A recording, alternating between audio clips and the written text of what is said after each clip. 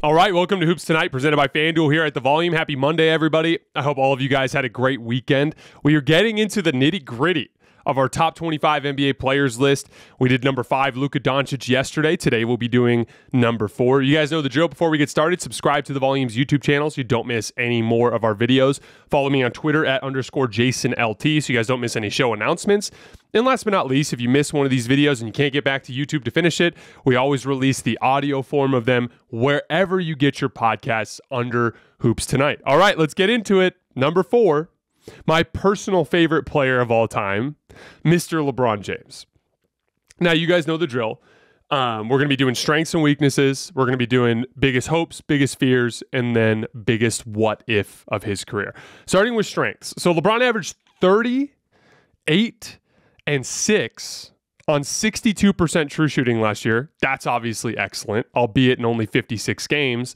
He did not make it to the postseason, obviously, but LeBron is in the rare class of people that you have to give a lot of leeway there, kind of like Steph in the previous 2 seasons, because you know for a fact that what he does translates to the postseason, and that them missing the playoffs largely had to do with the roster and the available talent next to him. Kind of a weird parallels there throughout LeBron James and Steph's career.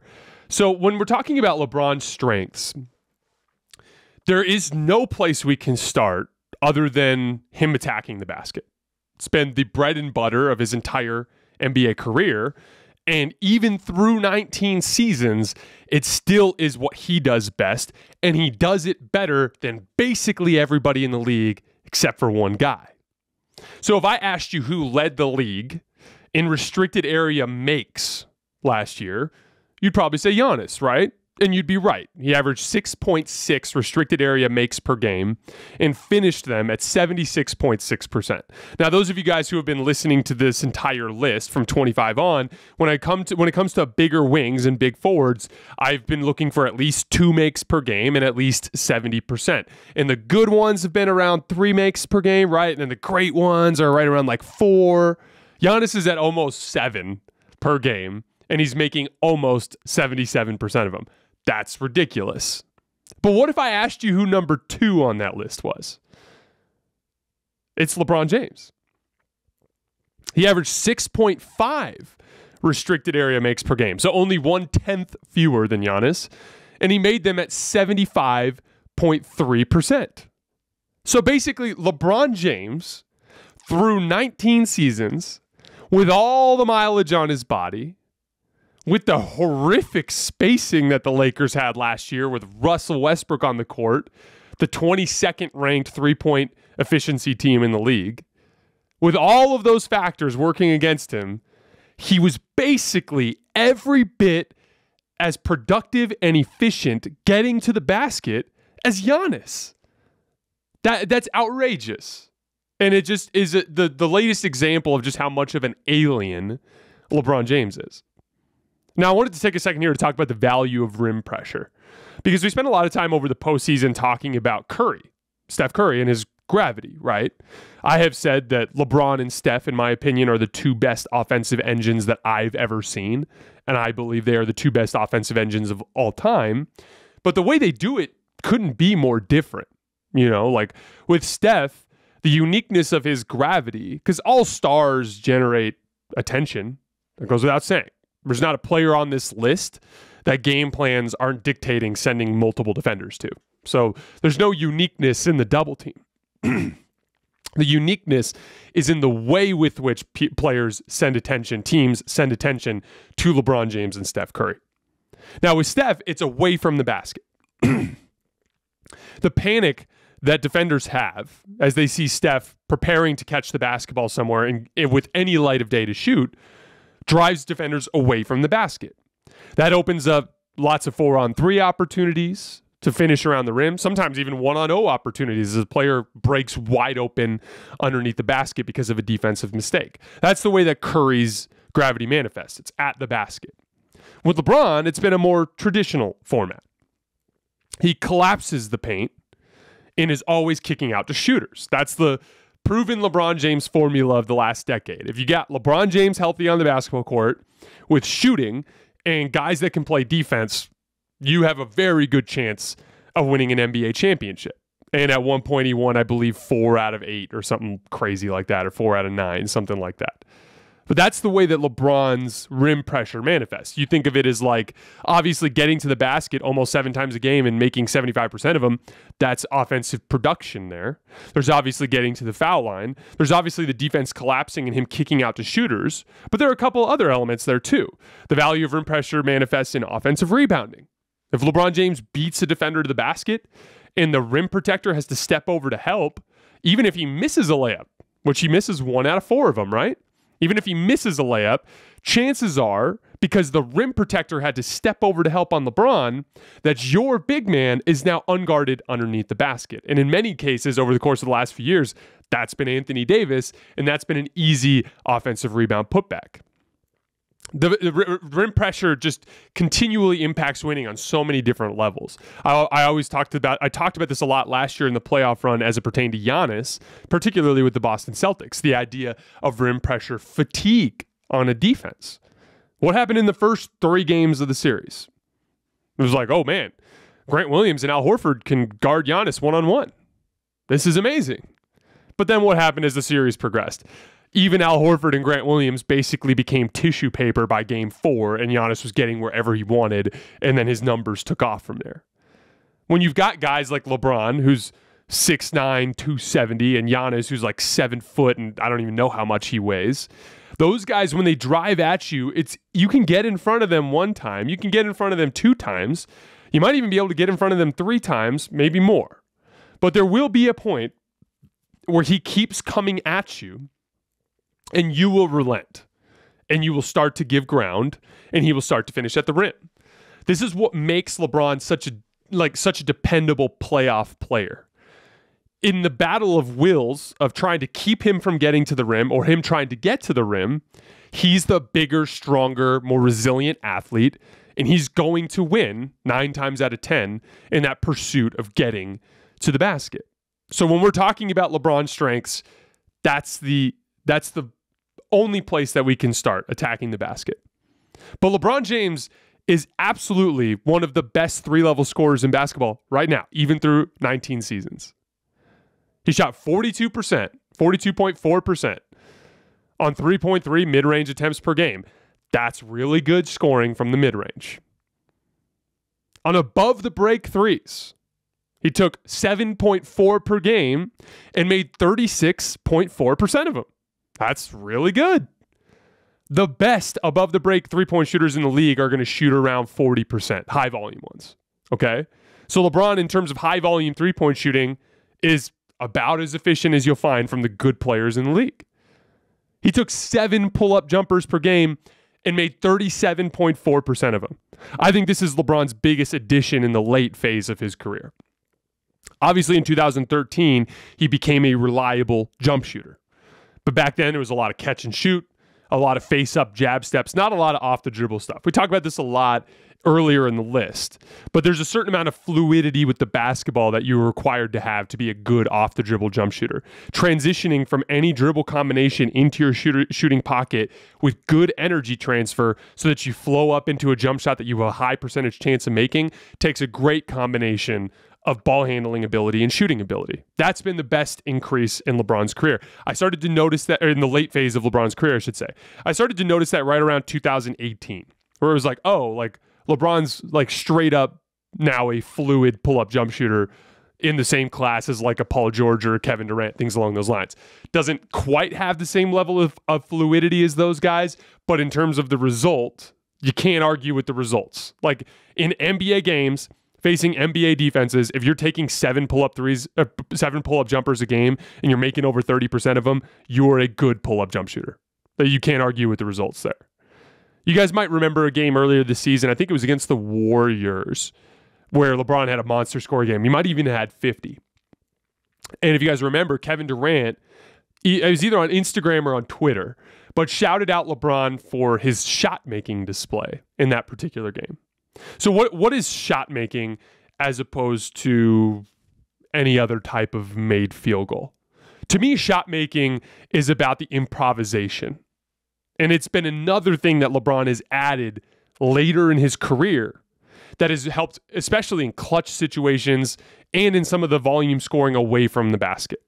So to me, if I was working with high school kids like I do every morning during the week, I would work on shots that would come within the flow of an offense, right? Like we have a ball screen offense and then we have a 5-out offense. In the ball screen offense, I'll have them work on shooting jump shots as they come off of the ball screen, making a read if the defender backs down. I build everything off of a high hesitation so that they can always flow into the next move. If you're in a high hesitation, you can go to the rim, you can go left, you can go right, you can cross over, you can step back, you can straight up pull up. It's like the ultimate kind of like barrier move, or I should say like bridge move between all moves. Those are shots that come within the flow of the offense. Oh, he's way off of me. Let me raise up and knock this down. Shot making is about improvisation. Shot making is about like, I don't have as much time on the shot clock, or I happen to find myself in an opening here, but my feet are somewhat unorthodox. Like I don't have my feet set normally. Maybe the ball is not in its normal spot in my shooting pocket. Maybe the defender is contesting in a different way, so I need to shoot higher over the top, or whatever the specific parameters are.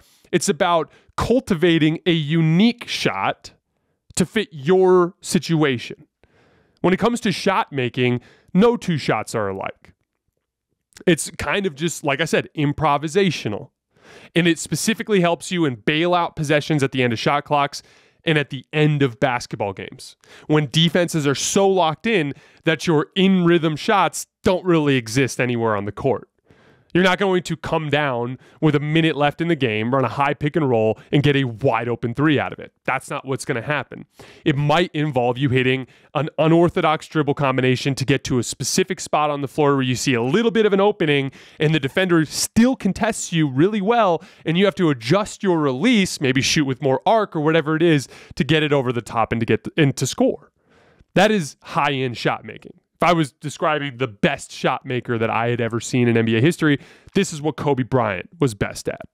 The improvisational scoring, the ability to adjust different elements of his skill set to fit really bizarre single scenarios, whether it's like 3 pump fakes before rising over the top, switching to his left hand in the lane to make a shot, the wild array of jump shots that he made in his career. That was what Kobe did better than anybody who ever did it, was shot making. But that's another thing that LeBron added a lot towards the end, towards this phase of his career. And I thought it was cool that Kevin Durant pointed that out after that specific Golden State Warriors game.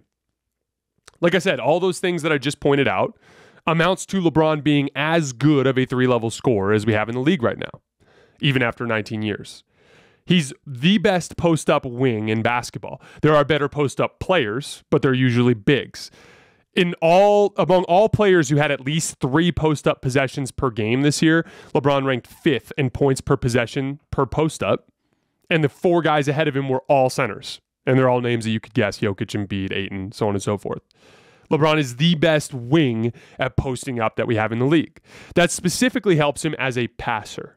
We talked yesterday a little bit about the difference with Luka. We talked about the difference between high-end playmaking and kind of regular making reads, right? And I talked about how with the high-end playmaking, it's anticipatory rather than reactive. It's not like you see an opening, you see a potential to create an opening, and then you manipulate the defense to get them where you need them to be for you to make that opening. Why are so many bigs bad passing out of the post? Because they actually see where the defense is at, but they don't see the opening because the defense is playing in a passing lane or something. And so they'll panic and they'll kick the ball out. LeBron will see that. He'll be on the right block, right? And they'll be helping out of the weak side corner, so left corner. And they might be positioned in a way where the opening's not there. But rather than panic and pass it out, he'll work a little bit deeper into the lane, or he'll attack the double team to get a little bit better of an angle to find that shooter in a spot where he can actually get him the basketball. I always talk about this when I'm talking about Anthony Davis and his passing. There's a huge element of patience when it comes to attacking double teams. When you panic, you won't be able to make them pay. But if you're methodical and embrace the double team, you will be able to find the openings and make them pay for double teaming you. This is what makes LeBron such a devastating post-up player. If you leave him on an island to score, he's going to score better than any wing in all of basketball. If you send the double team, he's going to methodically wait until he has an opening, and he's going to make you pay for doing it. Obviously, flowing kind of further into his passing ability, we talked a lot about game management when we were talking about the Boston Celtics, if you guys remember, and their inability to understand the flow of a basketball game. Like, obviously, in an NBA game, you have like maybe 100 possessions. As a player who plays a normal a set of shifts, you're going to have maybe 80 possessions. You have to understand the value of all those 80 possessions together rather than one specific possession. LeBron, in my opinion, is the best game manager in basketball. Nobody understands pace and flow more than him. Nobody understands rhythm more than him. Nobody understands role player confidence and how to feed guys and keep them feeling good about themselves. LeBron also has an amazing understanding of pivotal moments, like understanding the right time in the game to hit the gas versus a time to pull back and let things go.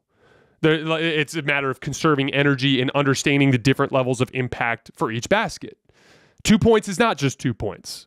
2 points in a specific moment in a game can be lethal. My favorite example of this, 2018, first round of the playoffs. Pacers are up 2-1. The Cavs are on the road in Indiana. LeBron is clearly tired. If you remember how this series progressed, Indiana was so much more athletic that Cleveland would pretty frequently get out to big starts, but then Indiana would creep back up at the end of each game, and then it became a dogfight at the end, even as the series progressed later on. But in this particular game, the same thing happened. Cavs jumped out to a big start. Indiana came on like gangbusters, end of the third quarter, early fourth, and the Cavs were in some trouble. And LeBron, you could tell, was running out of gas. And he was being guarded by Bojan Bogdanovic, who's pretty good at guarding big forwards, like we talked about when we were talking about the potential Jazz-Lakers trade earlier last week. But as that game was progressing, I think LeBron knew that he only had a handful of explosive moves left in the gas tank. And I was wondering why he wasn't attacking Bojan Bogdanovic enough. Like, I felt like there was some missed opportunity there. But then Kyle Korver hit a couple of threes.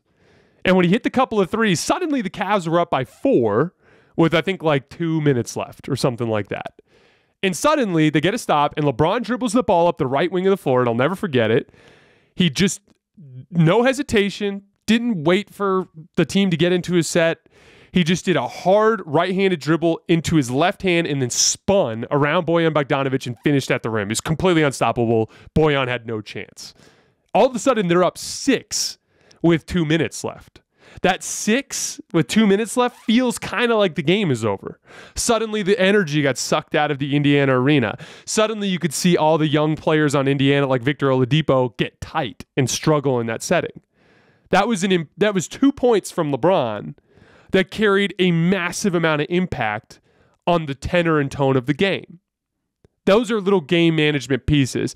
He could have hit that same move earlier in the fourth quarter when the game was tied or when they were down by 2 or whatever it was. But if he did it then, it wouldn't have had the same psychological impact and would have still drained his gas tank the way those super aggressive moves to the rim do. That's game management. That's understanding the impact of each individual basket.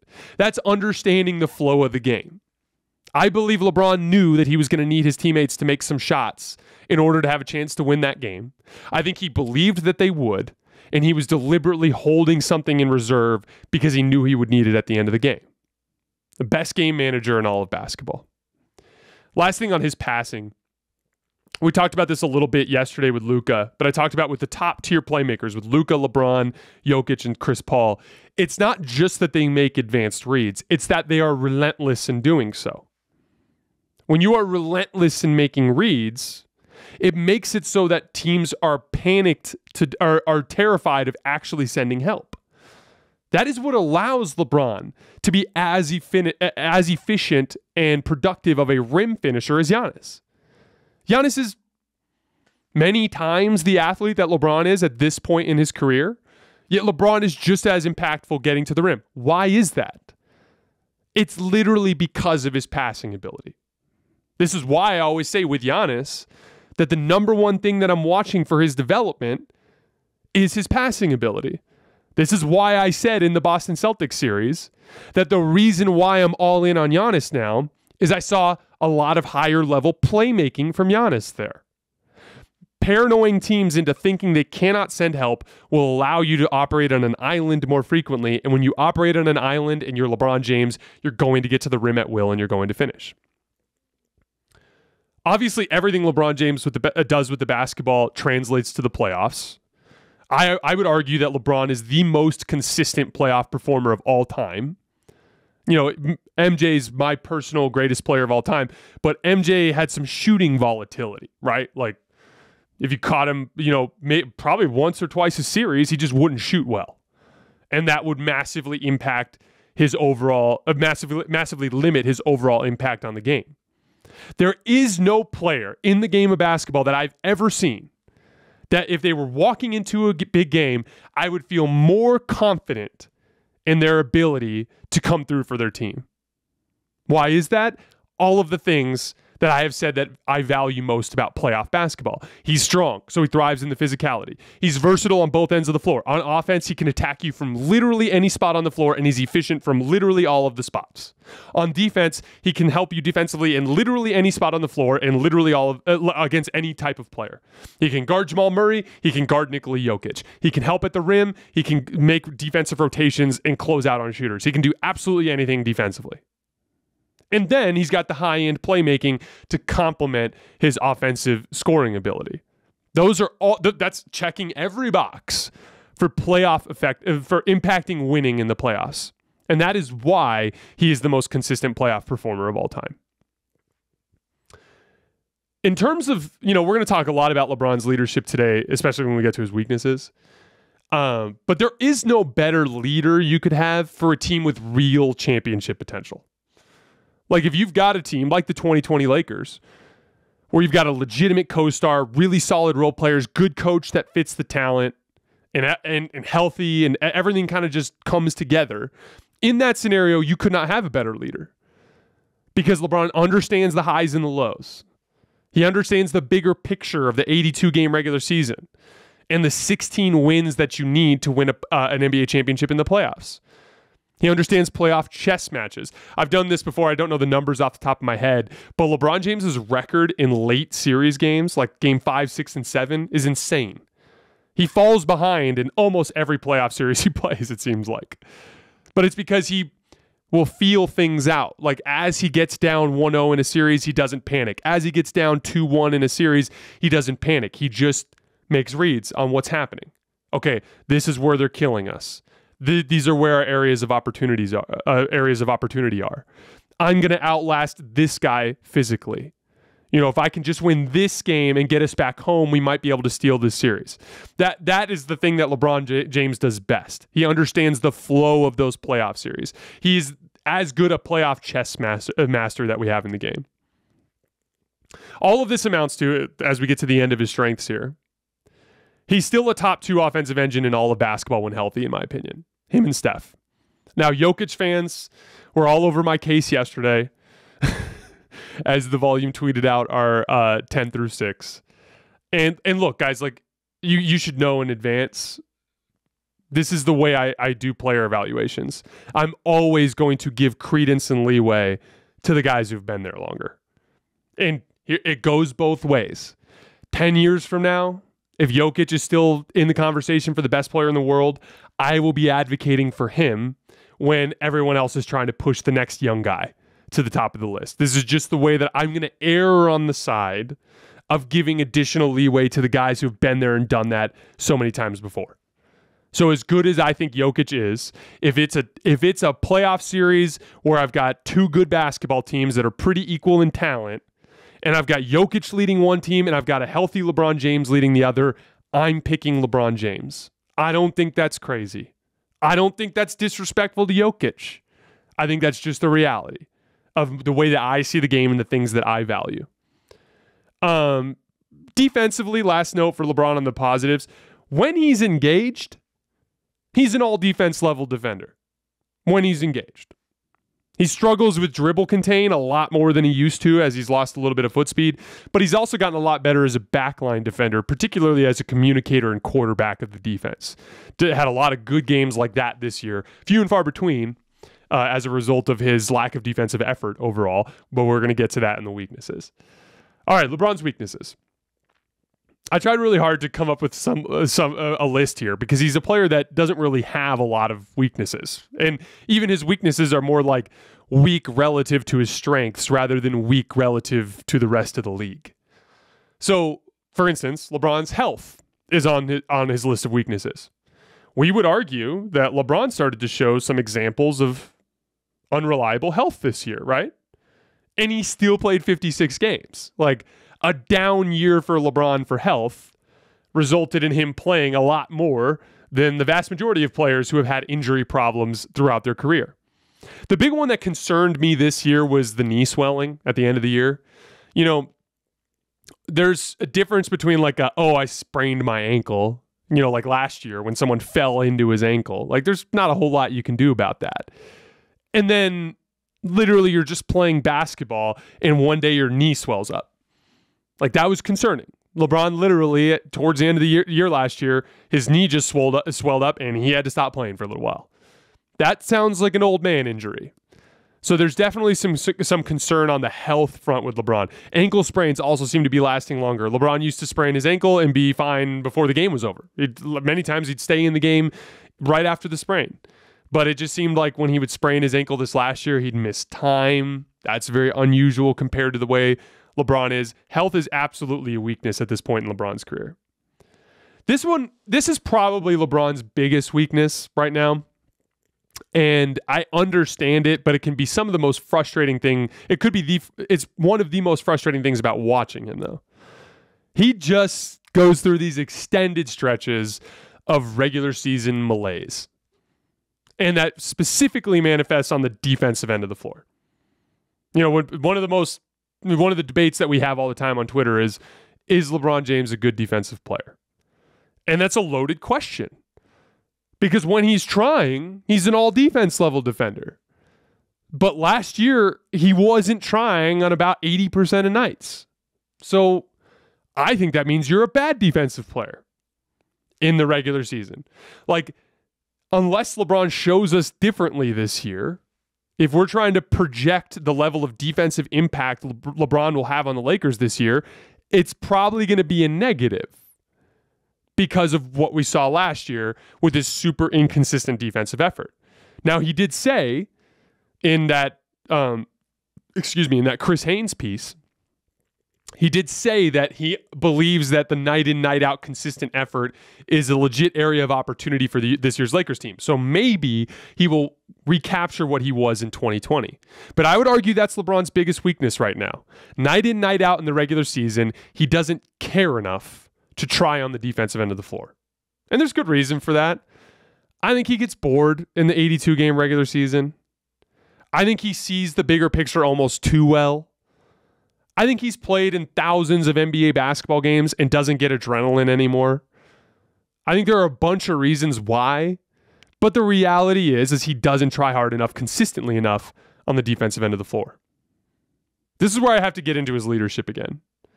Because I believe that LeBron's inconsistent defensive effort last year actually was a huge driving force behind the rest of the team not defending.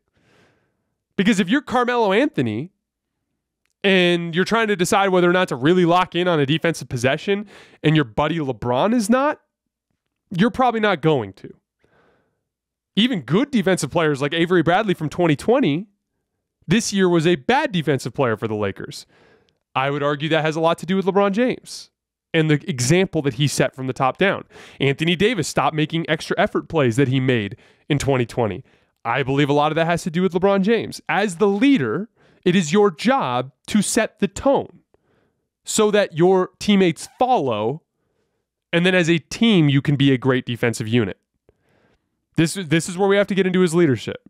Because like I mentioned earlier, LeBron is probably the best leader you could have on a team that actually has championship capability.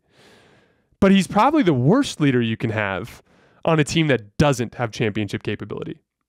If LeBron James does not believe his team can win, you can absolutely guarantee a handful of things are going to happen, and there's a good chance some other things are going to happen. Okay? Here's what we can guarantee is going to happen if he's on a team that he doesn't believe in. He will let go of the defensive rope. he will have really bad body language and appear to be blaming his teammates for a lot of things that take place over the course of the game, even things that are his fault from time to time. Those are facts. And then there's also some possibility for passive aggressiveness and pouting. Now, he did not do that last year, to his credit. That was more of an earlier LeBron James problem, particularly when he was in Cleveland the second time. But when LeBron doesn't believe in his team, you can count on him letting go of the defensive rope. You can count on him having bad body language, and he might resort to some pouting and passive aggressiveness. That means you're a bad leader for that specific situation. I've always called LeBron a fair weather leader. And I think, again, the way LeBron would probably describe it to you is like, who cares? We didn't have a chance to win that year. And you know what? He's not wrong. But there are going to be people that are turned off by that because they would prefer the Kobe Bryant approach, where he goes down with the ship. Meaning, like, even if he doesn't believe in his team, he just is going to try like hell to win every single game because that's just what his character is. But I've talked to many Lakers fans who have told me that they wish they could go in a time machine and go back to 2013 and tell Kobe to stop and to give up because his body broke trying to save that sinking ship. So again, different types of leadership styles. But like, LeBron is the kind of guy when the going gets really tough, like unsalvageably tough, he's not a foxhole guy. That's just kind of the reality.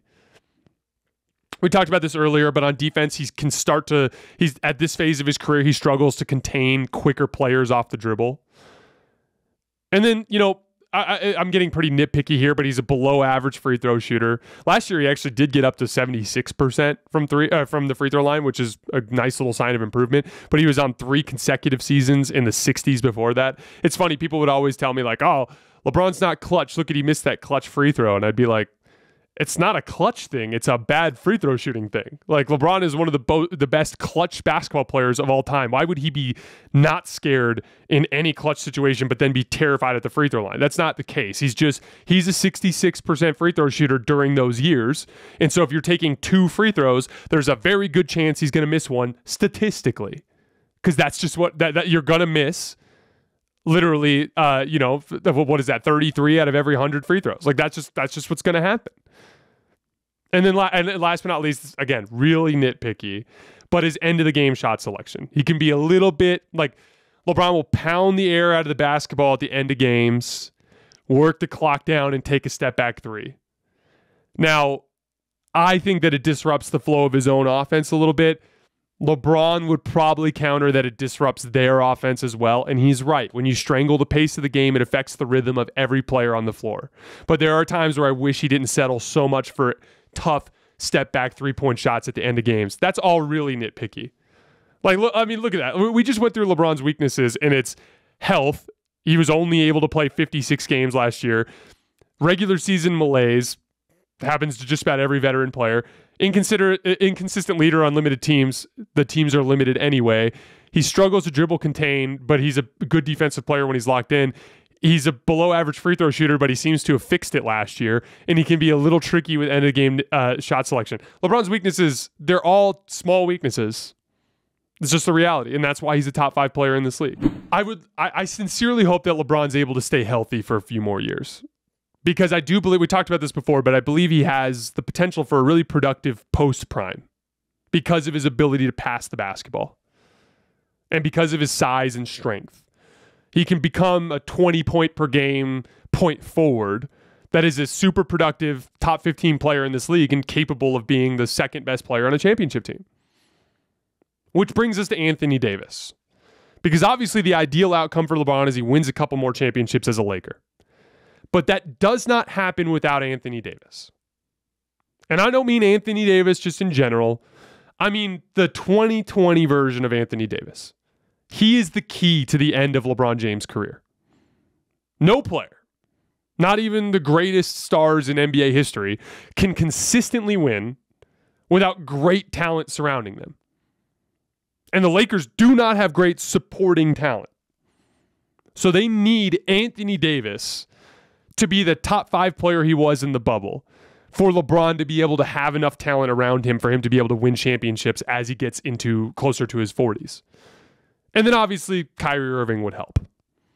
I was thinking about this a lot earlier today as I was diving into LeBron's numbers. You know, some of that late game shot selection stuff, he can have Kyrie help in those situations. Their skill sets complement each other so well, like we saw from Cleveland. What an excellent addition to potentially help LeBron age more gracefully. And then obviously, if LeBron gets a couple more titles, he has a legitimate GOAT case. LeBron's case has always been longevity and the variety of his success, but MJ's got this dominance factor. It's like 6 titles in 8 years. That's ridiculous. And the only other player who's ever mentioned in that conversation is Kareem, who has 6 titles, but towards the end, he wasn't the best player on those teams, and in many cases wasn't even really a star. He was just kind of like a role player, right? Well, if LeBron James gets 2 more championships as a legitimate bona fide star and is receiving finals MVP votes, maybe even winning finals MVP, that could be what gets him to the point where he can match MJ's dominance and have the longevity that puts him over the top. My greatest fear with LeBron is the Lakers' incompetence. You know, obviously the Lakers have a responsibility to them first, and I'm a big team over player guy. Just in general, because I don't think you can win unless you have that approach. However, I don't think you could pick a worse group of individuals to oversee the end of LeBron James's career than Rob Pelinka and Jeannie Buss. And that's really unfortunate. Because everything that I just talked about involving this potential post-prime where LeBron wins a couple more championships, that relies on competence. That depends on savvy moves being made. And I just don't see a universe where those moves are made, and that's really unfortunate. But who knows? Maybe this Kyrie Irving thing will allow Rob Pelinka and Jeannie Buss to fall ass backwards into a good basketball team, and LeBron, Kyrie, and AD will be able to cover up all the flaws again. I guess we'll see. The other big one is AD's lack of motivation. Like I talked about earlier, they need Anthony Davis to be a top-tier superstar in order to win championships. AD hasn't cared much since the bubble. That's what caused him to show up in camp out of shape 2 years in a row. You don't shoot 18% from 3 over the course of the season unless you're not working hard enough on your jump shot. And that's clearly what is going on with Anthony Davis. Obviously, injuries play a role, but if he was more diligent with his work, he would be a better three-point shooter. That's just the reality. And so AD's lack of motivation is one of my greatest fears for the end of LeBron James's career. And lastly, injuries. Obviously, it doesn't matter if any of these things go right if in year 20, LeBron has some sort of season-ending injury. And obviously, all it takes is one of those to disrupt the health of the body enough to end someone's career, just like it happened with Kobe Bryant. All right, lastly, the biggest what-if of LeBron's career. Now, there's a bunch of them. Like, for instance, what if Dwayne Wade stayed healthy? Then he probably never leaves Miami and they probably win more. What if KD doesn't go to Golden State? Cavs probably win in 2017 at least, maybe 2018. What if Kyrie and Kevin Love stay healthy in 2015? I think the Cavs win that championship if they do. There's a lot of what ifs there. LeBron's had a long career. And he's won a lot of basketball games, so there's obviously going to be a lot of what-ifs. But I wanted to go with something that we haven't already talked about at length in some other capacity elsewhere on the show. So here's my greatest what-if I was LeBron. What if Cleveland got him a legit co-star early on? You know, when we're comparing Kobe and Michael Jordan and Steph and LeBron, too often people will say things like, well, LeBron's a mercenary. All he wants to do is go from one team to the next. Every time things don't go right, he wants to shuffle the deck. You've probably all heard that in some capacity before. Obviously, glossing over the simple fact that MJ got Scottie Pippen right away. Well, not right away, but pretty quickly when he got into Chicago, and he always was playing alongside a bona fide star. So he had no reason to want to go elsewhere. He always had enough talent to win. Kobe Bryant literally played next to Shaquille O'Neal. Then when he lost Shaq, he went on sports radio like every day demanding a trade. And then he got Pau Gasol and won again, and he was happy. So would Kobe have been a mercenary too if he didn't have Shaq? Or would he actually have been if they didn't get Pau Gasol? And then looking at Steph Curry, obviously they're one of the most well-run organizations in the NBA, arguably the most well-run organization, and he has consistently been at a talent advantage throughout his career. This last year was one of the few seasons in his career where he kind of overcame a talent disadvantage, to Steph's credit. That's why he's a top 6 player of all time. But the point is LeBron was a victim of his circumstance in a lot of ways. They did not get him a Scottie Pippen or a Klay Thompson and Draymond Green or a Shaquille O'Neal or a Pau Gasol early on. He did not have that. And he wasted 7 years of his career trying to float way overmatched rosters to lofty goals of trying to win a championship. And I believe that actually led to LeBron's mistrust in organizations that caused him to behave the way he did over the course of the next decade. Being mistrustful of Pat Riley and wanting to leave because he wanted to cut Mike Miller, for instance. Or doing 1-and-1s the entire time he was in Cleveland, except for the end. Or even now, with him withholding his extension potentially to try to leverage the Lakers into making moves. I believe that the Cavs being so incompetent early led to LeBron mistrusting organizations and then feeling like he had to do it himself. Feeling like he had to be the one to communicate with Dwayne Wade, to communicate with Anthony Davis, to communicate with Kevin Love, to communicate with Kyrie Irving. He felt like he had to be the GM. And so, even though LeBron's had a remarkably successful career with that strategy, I think it's a really interesting what if. What if LeBron got Anthony Davis in his 3rd season and played his entire career alongside Anthony Davis? He probably never leaves Cleveland. He probably still wins at least 4 championships. And the entire kind of like aura of his career has a different vibe than the one it has now. I think it's a really interesting what if. He's one of the few players that's if we're going down the list of the best players of all time, all of them were drafted alongside all-time great players. MJ with Scottie Pippen, right? Like Magic Johnson with Kareem. Larry Bird with everybody that was playing for the Celtics. You know, Kobe Bryant was Shaq. LeBron's the odd one out there. LeBron's the one that spent the first near decade of his career playing alongside very limited talent. And it'd be really interesting to see where his career is right now if that wasn't the case. Last note on LeBron, you know, when it comes to these player rankings, it's really difficult to do because everyone's so crazy. Like, LeBron fans still think he's the best player in the world, most of them. And that's crazy. He's going to be in his 20th season, and Giannis is just better than him right now. You know? But then LeBron detractors don't even think he's top 5, which is a massive disrespect to what he can still do on the basketball court when he's healthy. I feel like 4 is safe for me. What I'm trying to accomplish there by putting him at 4 is expressing the obvious fact that he's not the best player in the world anymore. But on any given night, if he's got the pieces, he can be better than the best guy. And if your team is going against LeBron James with talent in a playoff series, you're scared to death because you know what he's capable of. And I don't think he can be any lower than where he's at.